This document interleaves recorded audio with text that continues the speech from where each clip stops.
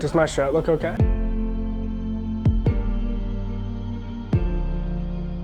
High school wasn't just about doing well like I thought, and doing well in the sense of like, you know, study all the time, try to get the best grades as possible. I think if that's what you're aiming for, then you'll have like a really hard time. You might get those things, but you might not enjoy your time.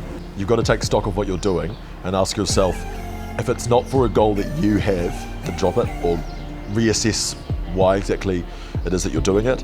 I think it's important to enjoy yourself, because the biggest thing in high school is to grow, to learn, to like be a kid, be a teenager. You definitely do things for fun. And I'd also say as well, do things that aren't easy. Like you have some students who default on subjects that they aren't interested in, but they know are easy to a certain degree, although every subject's relatively difficult, I would say. Take exams seriously. There are scholarships, there's like getting into uni or getting into whatever course you want, or jobs or whatever, or to put on your CV, but also just like the sense of achievement from it. Once you leave school and do other projects, you realise that satisfaction comes from doing your best instead of just doing what everyone else thinks is good enough.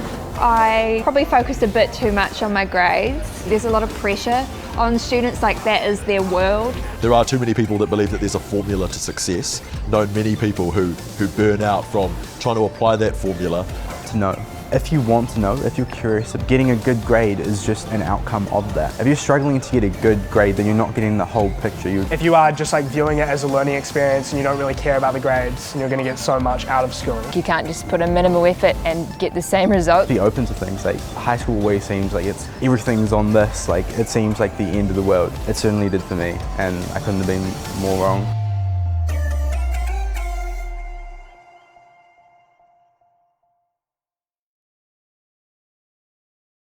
You do what you love, do it for why? What is it? How is it? This has been the most interesting interview I think we've ever had. I think it's great.